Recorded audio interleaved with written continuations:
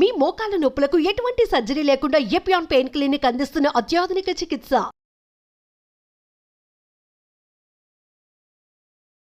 Welcome to Suman TV. నేను మీ నవీన్. ఒకప్పుడు ఎక్కువగా ఏజ్డ్ పర్సన్స్లో మనం చూసేవాళ్ళం ఈ మోకాల నొప్పులు అనే సమస్య. ఇప్పుడు చిన్న ఏజ్లోనే చూస్తూ ఉన్నాం. అసలు ఈ మోకాల నొప్పులు ఎందుకు వస్తూ ఉంటాయి, అదేవిధంగా మోకాలలో గుజ్జు ఎందుకు అరిగిపోతుంది, దీనికి ఆక్యుపెంచర్లో ఎట్లాంటి ట్రీట్మెంట్ ఉంది అన్నదైతే సర్టిఫైడ్ ఆక్యుపెంచర్ హీలర్ జనార్దనాచారి గారు ఉన్నారు. ఆయన అడిగి తెలుసుకుందాం. హాయ్ సార్, నమస్తే అండి. నమస్తే అండి. సార్, మీరు ఆఫ్ ది రికార్డ్ నాతో ఒక మాట అన్నారు. ఇప్పుడు నేను చెప్పబోయే ఒక పాయింట్ అది మోకాల నొప్పుల్ని తగ్గించే విధంగా ఉంటుంది, అదేవిధంగా మోకాలలో గుజ్జును పెంచే విధంగా ఉంటుంది అన్నారు. అసలు ఈ మోకాల నొప్పులు రావడానికి కారణం ఏంటి, అదేవిధంగా ఈ గుజ్జు తగ్గడానికి కారణం ఏంటి? ఇప్పుడు ఇది మోకాల నొప్పులు అనేది యాక్చువల్గా ఏంటంటే ఒక బోన్ సమస్య, ఎముకలకు సంబంధించినటువంటి సమస్య. ఇది మోకాలు అనేది ఈ బోన్స్ ఇష్యూ. అయితే మన ఈ sedentary life style, dietary issues వల్ల ఏమైందంటే ఈ కాల్షియం డెఫిషియన్సీ అనేది తొందరగా వస్తుంది. అసలు యాక్చువల్గా మన శరీరంలో ఉన్నటువంటి అన్ని ఆర్గాన్స్ లోపల ఈ స్కెలెటల్ సిస్టమ్ ఉందే, బోన్ సంబంధించి స్కెలెటల్ సిస్టమ్, అది చాలా స్ట్రాంగ్గా ఉంటుంది. దంతాలు కానీ బోన్స్ కానీ, దంతాలు కూడా బోన్సే. సో 100 ఏళ్ళు మన సిస్టమ్ని ఇలా నిటారుగా నిలబెట్టేది స్కెలెటల్ సిస్టమ్, ఇలా నిటారుగా ఉంచేది, మన శరీరాన్ని ఒక ఆకారాన్ని ఆకృతినిచ్చేది స్కెలెటల్ సిస్టమ్. అంతే కదా, వయసు అయిపోయి కొద్దీ వంగిపోతూ ఉంటాడు. మన ఆకారాన్ని ఇస్తుంది కదా, ఒక రూపాన్ని, ఆకారాన్ని ఇలా ఉండాలని చెప్పింది మొత్తం లోపల ఉన్నటువంటి బోన్సే. అది కనుక డిఫార్మిటీ అయిపోతే ఇలా ఉండాల్సిన వేలు ఇలా అయిపోతాయి. బోన్ డిఫార్మిటీ వల్ల వీటి యొక్క రూపాలే మారిపోతాయి. శరీరం కూడా ఇలా వంగిపోవడం, కూడా కాళ్ళు ఇట్లా సైడ్కి వెళ్ళిపోతా ఉంటాయి, ఇట్లా కాళ్ళు ఇలా మారిపోతుంటాయి. అంతా కూడా బోన్ వీక్నెస్ వల్లనే జరుగుతుంది. అంతా కూడా బోన్ అంటే ఇదంతా కూడా బోన్ స్ట్రెంగ్త్ సంబంధించింది, ఆ స్కెలెటల్ సిస్టంలో ఉన్నటువంటి ఒక లోపాలుగానే చెప్తున్నాం మనం. ఈ మోకాళ్ళలో కూడా అలాగే చూడాలి. ఆక్యుపంక్చరు మోకాళ్ళ నొప్పుల్ని, పంటి నొప్పుల్ని, ఈ స్పైనల్ కార్డ్లో స్పైన్ కూడా బోన్సే. ఓకే, అట్లా ఎక్కడ ఎముక ఉన్నా కూడా. అంటే ఇప్పుడు మీరు చెప్పే పాయింట్ అనేది ఈ మోకాల నొప్పులకి మాత్రమే కాదు, ఒకవేళ భుజం నొప్పి ఉన్నా, మెడ నొప్పులు ఉన్నా తగ్గిపోతాయి. ఎక్కడ బోన్ ఉన్నా కూడా ఆ బోన్ రిలేటెడ్ ఇష్యూస్ అన్ని కూడా ఒక కేటగిరీ కిందకే చెప్తుంది ఆక్యుపంక్చర్. ఎందుకంటే రూట్ కాజ్ అదే. మనకి ఇక్కడనే ఎందుకు తెలుస్తున్నాయి, మరి ఇక్కడ కూడా తెలుస్తాయి, ఇక్కడ కూడా తర్వాత తెలుస్తాయి. పనులు కూడా ఎందుకు ఇక్కడ ఏం తెలుసు, మన వెయిట్ అంతా కూడా నడిచేప్పుడు ఈ మోకాల మీద పడుతుంది కాబట్టి ముందు ఇక్కడ తెలుస్తున్నాయి. అంటే బోన్స్లో వచ్చే వీక్నెస్ ఎక్కడో దగ్గర ముందు తెలుస్తుంది. తర్వాత గ్రాడ్యువల్గా ఈ బోన్ స్ట్రక్చర్ అంతా కూడా ఇబ్బంది పడుతుంది. అందువల్ల మనం రూట్ కాజ్ ట్రీట్మెంట్ ఇస్తే ఇక్కడ ప్రాబ్లం ఇక్కడనే కాదుగా, bone everywhere is a bone, అంతటా ఎఫెక్ట్ అవుతుందని ఆక్యుపంక్చర్ చెప్తుంది. సో దాన్ని ఏంటంటే ఆక్యుపంక్చర్ ప్రకారం ఈ బోన్ స్ట్రెంగ్త్ అనేది, సరే కాల్షియం ఎట్లాగూ అవసరము, డి విటమిన్ ఎట్లాగ అవసరము, ఎండ ఎట్లాగ అవసరం, అది మనం ఈ మోడర్న్ సైన్స్ కూడా చెప్తుంది. మన వాళ్ళు ఇప్పుడు ఏంటంటే బేసిక్గా ఎండలో ఉండే కల్చర్ పోయింది. అపార్ట్మెంట్ కల్చర్, ఎండ అనేది తగడంలే. ఒకప్పుడు చిన్న ఇండ్లు, బయటకు వస్తే ఎండ, స్కూళ్ళలో కూడా పెద్ద పెద్ద గ్రౌండ్స్ ఉండేటిది. ఎప్పుడు బెల్ కొడతారా, ఎప్పుడు బయట పోయి ఆడదామా, ఆ ఉరుకులు పరుగులు, ఆ చక్కగా ఆ లాంగ్ బెల్ ఎప్పుడవుతుందా అనే ఎదురు చూసేవాళ్ళు. ఎప్పుడు వదిలేస్తే మనం పోయి అలా పరుగు కదా. ఆటలు రకరకాల, కబడ్డీ, అది ఇది, క్రికెట్, రకరకాల ఆటలకు బాగా ఆడేవాళ్ళు. ఇప్పుడు ఏదో గ్రౌండే లేదు, మొబైల్లో గేమ్లు అయిపోయినాయి. మొబైల్లోనే ఆడుతున్నారు. ఇప్పుడు కూడా క్రికెట్ ఆడుతున్నారు, మొబైల్ ఆడుతున్నారు. సో అందువల్ల ఏంటంటే ఆ ఎండ తగలకపోవడం వల్ల అతి త్వరగానే వీళ్ళలో ఈ కాల్షియం డెఫిషియన్సీ వస్తుంది, విటమిన్ డి అట్లా ఆ లోపాల వల్ల కాల్షియం అబ్జార్ప్షన్ తగ్గిపోతుందని ఇప్పుడు మోడర్న్ సైన్స్ కూడా చెప్తుంది. ఇది ఒకటి. రెండవది ఏమైందంటే అసలు ఫిజికల్ యాక్టివిటీ కూడా లేదుగా. ఫిజికల్ యాక్టివిటీ కూడా లేకుండా ఇందాక అనుకున్నట్టు సెడెంటరీ లైఫ్ స్టైల్ అయిపోయింది. ఫిజికల్గా తగ్గి మెంటల్గా బ్రెయిన్తో, శారీరకంగా శ్రమ తగ్గిపోయింది, మానసికంగా శ్రమ పెరిగేది మరి హెవీ అయిపోయింది. అది. మూడవది డయటరీ, దాంట్లో కూడా ఏంటంటే సరైన ఆహారం కూడా మనం తీసుకోవడం లేదు.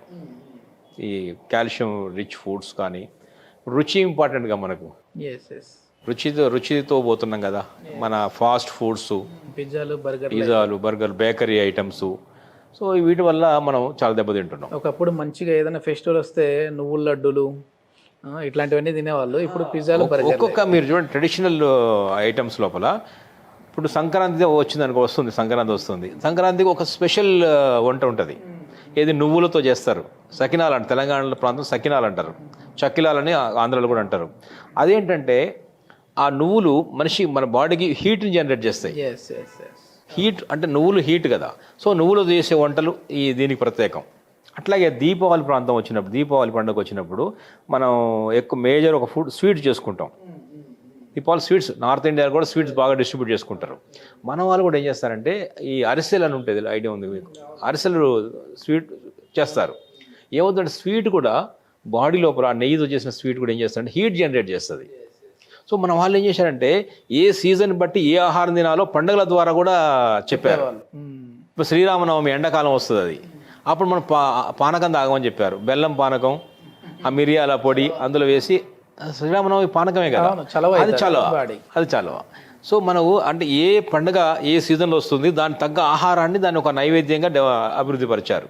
సో ఇదంతా మన ఒక సైంటిఫిక్గా జరిగిందే.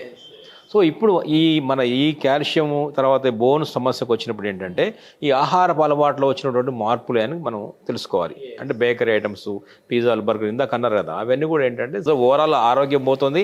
ఆ ఓవరాల్ ఆరోగ్యంతో పాటు ఈ బోన్ ఆరోగ్యం కూడా పోతుంది. మన బోన్ సిస్టమ్ మొత్తాన్ని కూడా డెవలప్ చేసుకోవాలి, మళ్ళీ రీజనరేట్ చేయాలి అని అంటే పాయింట్స్ ఏమున్నాయండి?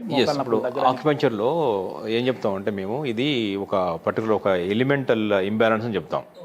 అది కూడా జలమూలకం, వాటర్ ఎలిమెంట్ కిందకు వస్తుంది బోన్ అంతా కూడా. అందుకని బోన్స్ చూడండి కాల్చిన దగ్ధం కావు, అస్థికలు ఉంటాయి. అట్లాగే భూమిలో పాతి పెట్టిన మొత్తం ఫ్లెష్ అంతా పోతుంది, ఆ అస్థి పంజరం మొత్తం అట్లాగే ఉంటాయి. అంటే భూమిలో పోదు, గాలిలో పెట్టినా పోదు, నిప్పులో కాల్చినా పోదు, ఆకాశంలో ఇట్లా వేలాడదీసినా పోదు. ఇది ఎక్కడ పోతుంది అంటే వాటర్లో వేస్తే బోన్ కరిగిపోతుంది. ఓకే, నీటిలో వేస్తే కరిగిపోతుంది బోన్. నీటికి బోన్కి సంబంధం ఉంది నాకు పంచర్ చెప్తుంది. అందువల్ల బోన్ని కంట్రోల్ చేయగలిగింది, బోన్ డెవలప్ చేయగలిగింది నీటి మూలకం. వాటర్ ఎలిమెంట్ దీన్ని సంరక్షిస్తుంది, దాన్ని అభివృద్ధి పరుస్తుంది, నాశనం కూడా చేస్తుంది, అంతే కరిగిపోతుంది. అందుకని మనం చూసారా ఎముకలు కొరికే చలి అంటాం, ఎముకలు కొరికేస్తే చలి. అవును, మళ్ళీ చెప్తుంటారండి, విన్నరా మాట ఎప్పుడన్నా మీరు? బాగా చలితో pH లేని వాటర్ తాగినా కూడా బోన్ ఇది అయిపోద్ది కదా సార్, కరిగిపోతుంది. బోన్ ఎముకలు కొరికే చలి అంటే అర్థం ఏంటంటే ఎముకల్ని సైతం కొరికేసేంత చలి వాటర్ ఎలిమెంట్ చేయగలుగుతుంది. ఆ వాటర్ ఎలిమెంట్ కనుక బ్యాలెన్స్ ఉంటే ఆ బోన్స్ అనేది చాలా ఆరోగ్యంగా ఉంటాయి. ఓకే సార్, ఎట్లాంటి పాయింట్ అనేది ఒకసారి ఆడియన్స్కి? ఇప్పుడు దీంట్లో ఒక పాయింట్, ఆక్యుపెంచర్ పాయింట్ ఒకటి చెప్తాం, ఎందుకంటే అనేక పాయింట్స్ ఉంటాయి.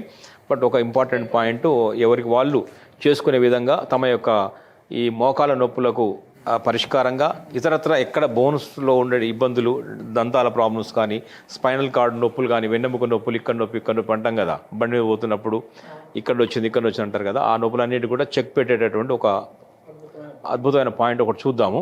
ఈ వీడియో చూసే వాళ్ళు ఏంటంటే మీరు కంటిన్యూగా ఒక నెల రోజుల పాటు ఈ పాయింట్ని యాక్టివేట్ చేసి, అంటే సార్ ఏ పాయింట్ చెప్తాడో ఆ పాయింట్ని యాక్టివేట్ చేసి నిజంగానే మీకు పెయిన్ తగ్గింది అంటే తగ్గిందని కామెంట్ చేయండి, తగ్గలేదంటే తగ్గలేదని కామెంట్ చేయండి. ఎస్, ఖచ్చితంగా తగ్గుతుంది. ఇప్పుడు మనం మోకాల మీద ఫోకస్ ఉంది కాబట్టి ఒక లోకల్ పాయింట్ తీసుకుందాం, మోకాలకు సంబంధించింది. ఇది ఆక్యుపంక్చర్లో ఒక మోడల్, ఇది హ్యూమన్ మోడల్ అంటాం ఆక్యుపంక్చర్లో. దీనికి మోకాలు నొప్పులు, ఇది నీస్ అంటాం కదా మోకాళ్ళు, ఇవి ఈ ఈ మోకాళ్ళు.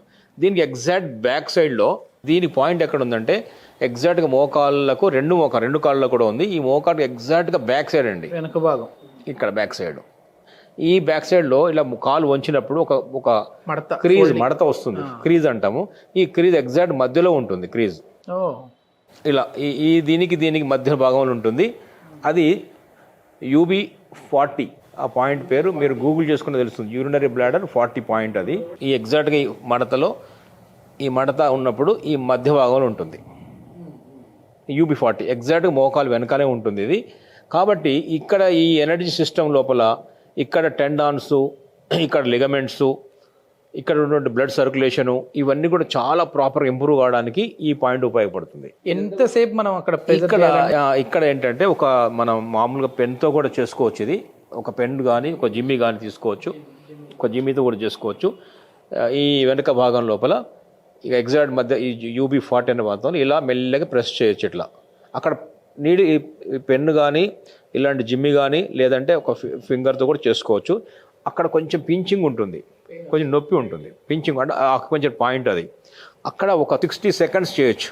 60 సెకండ్ అంటే 60 సార్లు నొక్కి వదలడం కానీ, లేదా రోజుకి ఎన్నిసార్లు మసాజ్ కానీ డైలీ 2 టైమ్స్ చేసేయచ్చు. అంటే 120. రోజుకు 2 సార్లు, ఈ కాలుకు 1 నిమిషం, ఈ కాలుకు 1 నిమిషం. ఓకే. ఇంకొకసారి మళ్ళీ అదే రోజులో మళ్ళీ ఈ కాలుకు 1 నిమిషం, ఈ కాలుకు 1 నిమిషం. ఈ 2 ఇలా చేస్తూ కనుక వారం 10 రోజులు చేస్తే, వారం 10 రోజుల దాకా అక్కర్లేదు, మోకాళ్ళ లోపల సివియర్గా ఉన్న వాళ్ళు, ఎక్కువ బాధపడుతున్న వాళ్ళు ఒక్క రోజుతోనే 1-2 సార్లతోనే చాలా వరకు రిలీఫ్ స్టార్ట్ అయిపోతుంది.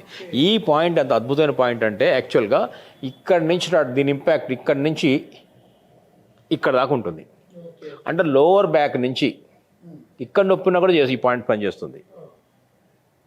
ఇక్కడ లోవర్ బ్యాక్ పెయిన్ నుంచి ఈ thighs, back side of thighs, back side of the ఈ మన కాఫ్ మజిల్స్ ఇలా వచ్చిన తర్వాత వీటిని ఏమంటుంటే చీలమండలం అంటాం కదా, హీల్, అకిలిస్ టెండాన్ ఉంటుంది కదా, ఈ పాదాల దాకా ఈ బ్యాక్ సైడ్ మొత్తం కంట్రోల్ చేసేటటువంటి అద్భుతమైన పాయింట్ ఇది. కమాండింగ్ పాయింట్ అంటాం దీన్ని. ఇది UB40. మోకాళ్ళలో గుజ్జు కూడా పెరుగుతుందా అండి దీంతో? ఆక్యుపంచర్లో ఎలా గుజ్జు వస్తుంది? మోకాళ్ళలో ఆల్రెడీ సినోవియల్ ఫ్లూయిడ్, ఆ ఫ్లూయిడ్స్ అయిపోయినాయి కదా, ఆ బోన్స్ ఇంజెక్షన్ చేసుకోవాలి. ఆ బోన్స్ రాపిడ్ వల్ల సమస్యలు వస్తున్నాయని చెప్తున్నారు కదా, కరెక్టే, అంతవరకు అయిపోతుంది. కానీ యాక్చువల్గా ఈ ఫ్లూయిడ్స్ అన్నీ కూడా ఆహారం నుంచి వస్తాయి.